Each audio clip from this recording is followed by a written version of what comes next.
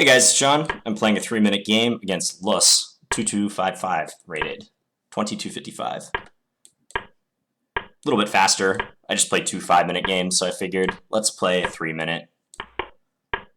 I'm going to try to do this knight maneuver that happens a lot in this line, and that's to try to get your knight to d5.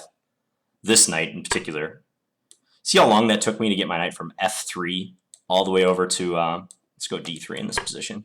From f3 all the way to d5. Experienced players will know getting 2 squares diagonally away with your knight to a square two squares diagonally away is a task. It's not easy for the knight to get there. It takes what, a minimum of 3 moves to do that? So he's letting me take on c5 if I want. Should I do that? Let's just play e3. He's going to do that. Okay, that's fine. Let's pressure his c5 pawn.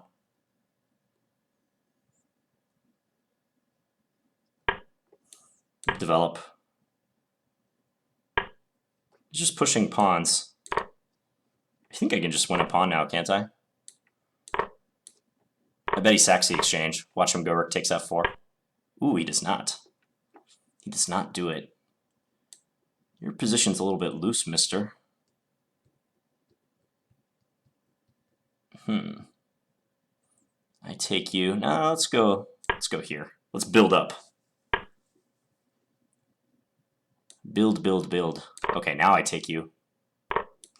This could be fun. I see a tactic. Can I do this? Yeah. And if he takes me, I take here. This is fun. I was looking at that move for a few moves in a row.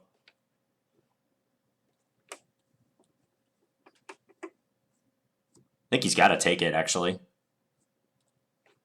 But then I'll be up 2 pawns. And I'll be threatening other nasty stuff. He just resigned. Okay. Ooh, my 3-minute rating is kind of getting up there, 23.85. Yeah, this was a risky decision to play f4 for him. That move was rushed, no question about it. I think maybe he should go g4 and then try to go h5, h4. Otherwise, we have a pretty normal position on our hands. It's possible I should have taken on c5 while I have the chance when he hasn't put his pawn on b6. I wonder if that's a better option. Because a lot of times when they get the pawn to b6 move in, it's harder to justify this exchange when they can take back that way and oppose you down the b file.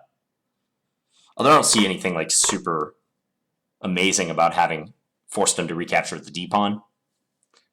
He's got such a stranglehold on the d4 square. So even though I have 2 center pawns compared to his 1, it doesn't really matter so much in this position. In fact, I'd probably rather be black here. Never mind, I'd rather be white.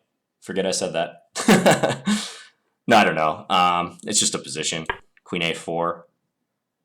Maybe there's some ideas with rook takes b7 and take on c6. Could be a threat.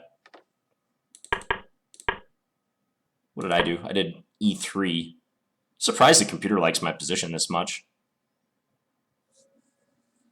I mentioned this before, but I think a lot of times these engines, especially this engine in particular, this is Stockfish 2.3, 2.3.1, whatever that is. It's just one of the ICC default engines. I guess I could load Houdini or some other version of Stockfish on here.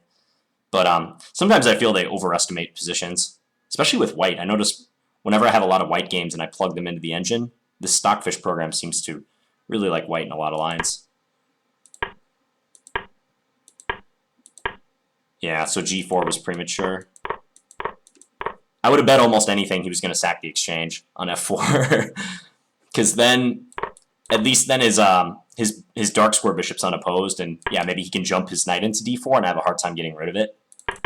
But he resisted the urge to sack. He just did this, and rook e1. Yeah, now here it looks like he has to take with the d-pawn, but if he takes with the d-pawn, I can do the same thing, can't I? He can take with a queen this time, but then I have, what, d4? d4 is good. Rook b5, the computer says is also good. Basically, I'm going to take on e5, and difficulties for black abound. Even if I lose the a3 pawn, that's not a big deal. But yep, the way he took in the game, that's got to be curtains. That's just lights out. Minus 3.5 is, or plus 3.5 is the best he can get here. Okay, hope you guys enjoyed that quick one. And I will talk to you guys later. Please leave me any feedback in the comments. Thanks, guys.